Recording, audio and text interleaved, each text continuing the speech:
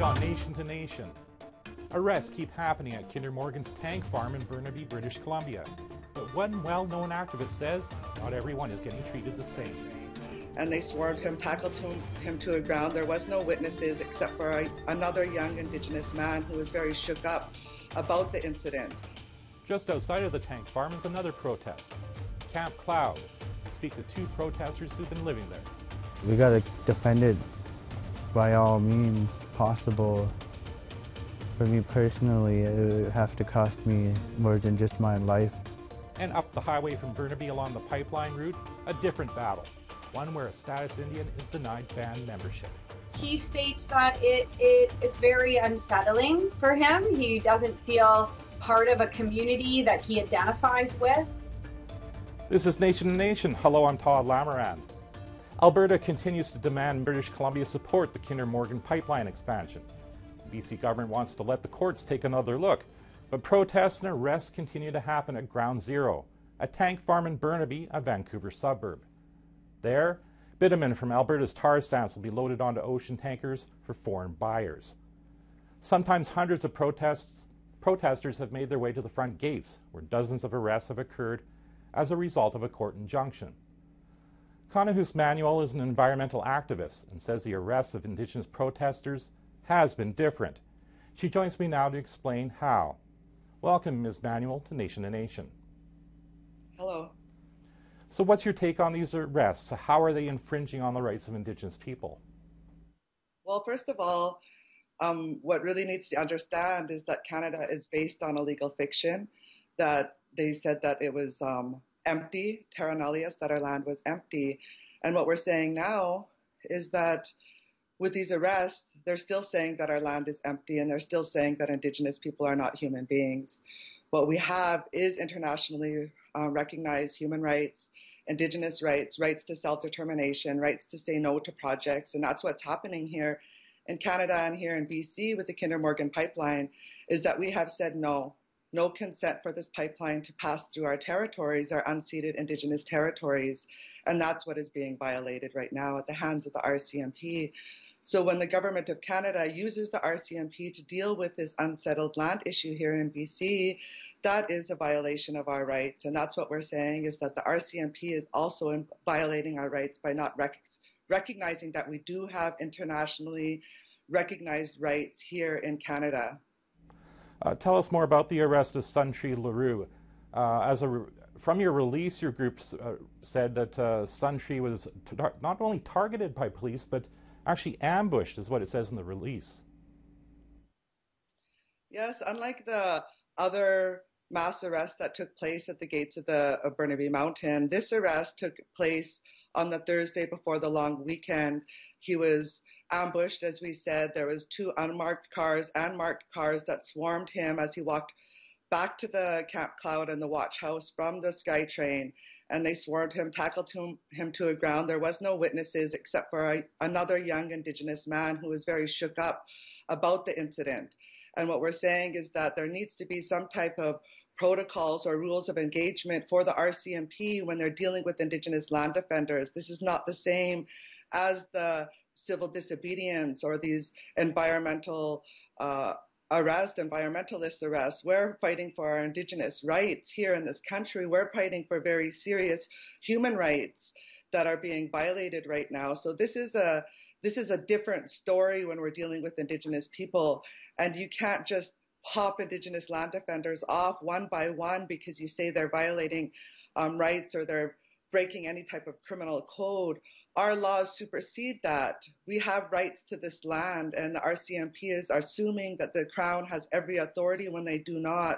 This is a different issue that we're dealing with here in BC because of the unceded land title issue and this unsettled land question here in BC. You mentioned it was different from the arrests of environmentalists. Of course, Green Party leader Elizabeth May was arrested not too long ago. So how specifically do you see them being different than how Suntree was arrested? Well, Elizabeth May and Kennedy Stewart are politicians here in BC, and they were arrested at one of the mass arrests that happened at the gates of Burnaby Tank Farm.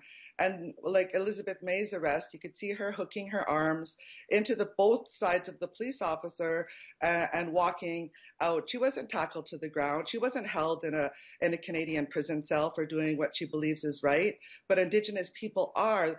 Santry spent 6 days in a Canadian prison cell for fighting for our Indigenous rights. That's our collective rights as Indigenous people across this country. And he's standing up for all of us. And it's showing clearly the way that Canada wants to handle our land issues. They want to continue to criminalize Indigenous people, but not only just criminalize them, brutalize them and violate their rights and attack them. That's not right. When our people need to feel safe, we need to feel safe. The safety of our people and our women and our children that are there on the front lines of Indigenous rights and title issues like this Kinder Morgan, they need to feel safe. Because what we're doing is upholding our rights as Indigenous people. It's different. Of course, we care about the environment. Of course, we care about our berry picking, our hunting grounds, our medicine harvesting grounds, our sacred fasting grounds, our sacred sites, in our territories. That's why we're there. We're protecting our very essence of who we are as Indigenous people. There's no disconnecting Indigenous peoples from the land. So when we stand, we're standing with very great power when we're standing on those front lines. We have all the ancestors behind us. We have the thousands of Indigenous people across the country, all of them, all the people that stood up with Idle No More. We're all for the same collective fight, and that's for our lands. Now, of course, Prime Minister Justin Trudeau has vowed the pipeline expansion will happen. And of course, I know that you have been building tiny houses and you have a house watch there along the pipeline route. I mean, how do you foresee this ending up? Well, we saw the way that the RCMP responded to us in the past. We saw up at Sun Peak Ski Resort, I myself was arrested and jailed for 3 months for fighting for our lands. I was arrested and jailed at Standing Rock. I don't want to. That's not our purpose in life, is to be getting arrested to bring attention to these issues. We want the government of Canada to grow up. We want them to grow up as a country and stop living by these racist notions that our lands were empty and we were not human beings. We are human beings. We are Indigenous people, and that must be respected. So we see the RCMP really coming full force against Indigenous people. We see the very beginning. It has just begun. But what we want to do is expose the RCMP, and that there is watchdogs around the world that are watching the way that they are conducting themselves and dealing with Indigenous rights. Ms. Manuel, I want to thank you for the time.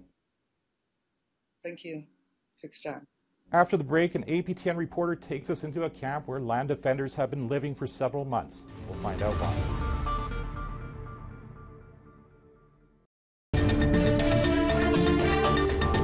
Welcome back to Nation. More arrests are expected this weekend at the gates of the Kinder Morgan tank farm in Burnaby. Grand Chief Stuart Phillip has said he intends to be arrested. It's supposed to be an act of solidarity by breaking a court injunction, but another protest has been unfolding for several months. It's known as Camp Cloud and sits across the road from the Kinder Morgan gates and outside of the court injunction. APTN sat down with 2 land protectors this week. It's a surveillance post, and it's also a checkpoint, and we're here honoring the laws of the land, the Coast Salish law, that they've never given any permission to this foreign occupying company to be here.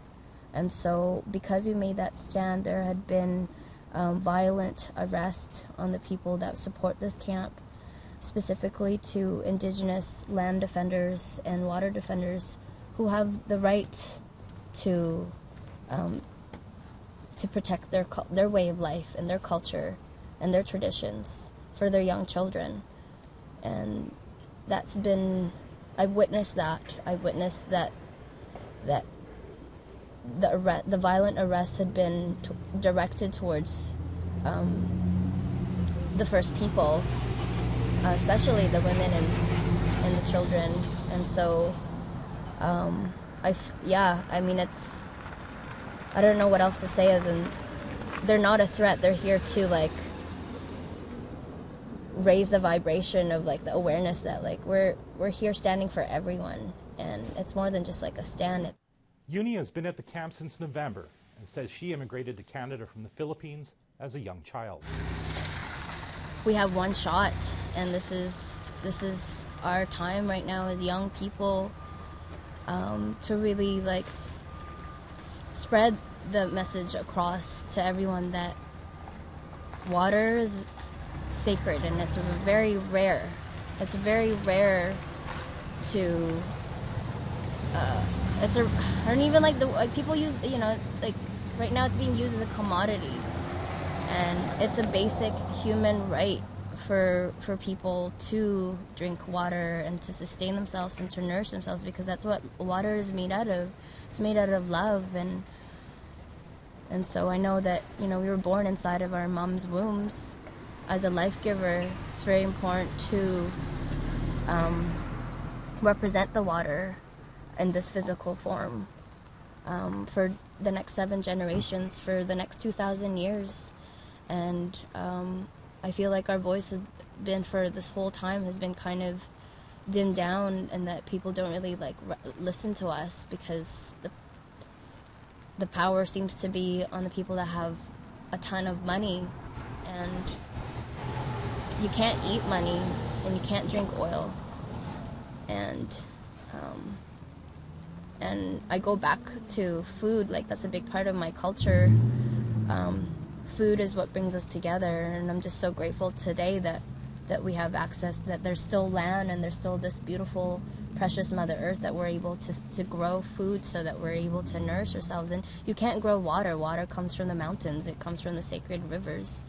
And I've had the privilege to witness that living here as an immigrant from a land that has been abolished and been destroyed by the military and corporations. Joshua William is Indigenous and new to the camp, but says it doesn't feel that way, even if it has come with its challenges.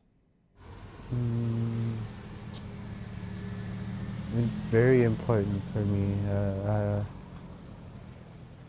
I sacrificed being away from my own family, and I was currently signing up for school. I kind of had to turn that away because me being here just means so much to everyone else, and everyone who's drinking water, they show their appreciation when it comes down to it. I see it.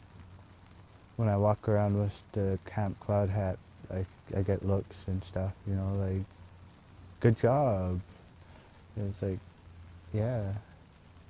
So the more time I've been here for only a short time, and yet I feel like I've been here for a whole month.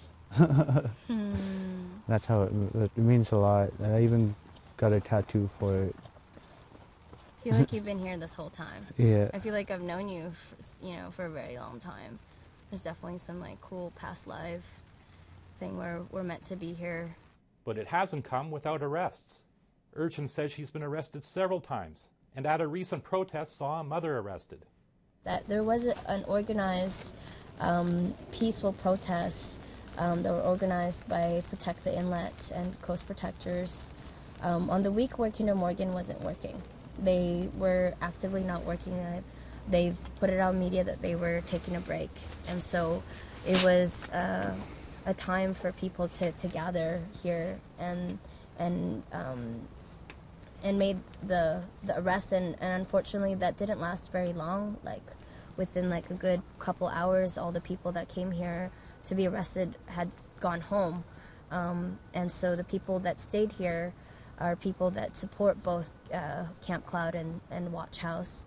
And it was just really, really hard for all of us to just see this tractor to go inside the gates. The goal is to not have any more work done on the land. They've already gone too far. They already have a pipeline in there, and they're extending it again to bring in that bitumen from the tar sands. And our goal is to not have a hole into the mountain. And so it was a very powerful unity of coming together, where children witnessed how no one was even blocking the truck. They were surrounding it outside of it. And then we had 10 police attack our are the women, like, and her mother, and like Crystal and her mother. Yeah, Crystal Smith. Crystal She's Smith. Yeah. She's my cousin through a late grandma, or Ta'a. Yeah. And that was so hard for me to watch. I was down at the radio station. I'm a reporter for Co-op Radio down here, and we were just finishing up a show, and like I was itching to come back to the hill because I seen it all on live, and like it was so hard to see it. But William made it back and said an officer was overheard questioning why police were there. I really got to get back up. And I just said heck with it, and jumped on the bike and hit the train, and I was up here. I wasn't here for the whole thing, but I was here for half of it. And the arresting that happened after they got arrested was a bit brutal because it was like real hectic to the point where like even some of my friends that are here, they're like, after all the commotion, they overheard a police person say like, this is not what I signed up for. I signed up to help our community put away the bad guys, not the protectors of the water and land of the Coast Salish territories. And that really struck us a lot. Like, there are cops out there that just want to put their badge down. And that's what we're needing. We're needing people like that to just switch sides if they need to. Another break, and what would happen if you had status, but your band's custom code denied you membership? We'll find out.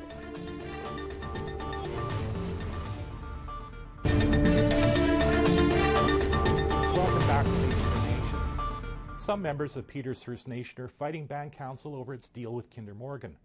With only 11 homes, it's a small reserve about an hour's drive east of Burnaby. The Kinder Morgan pipeline will run right through Robert Peters' backyard.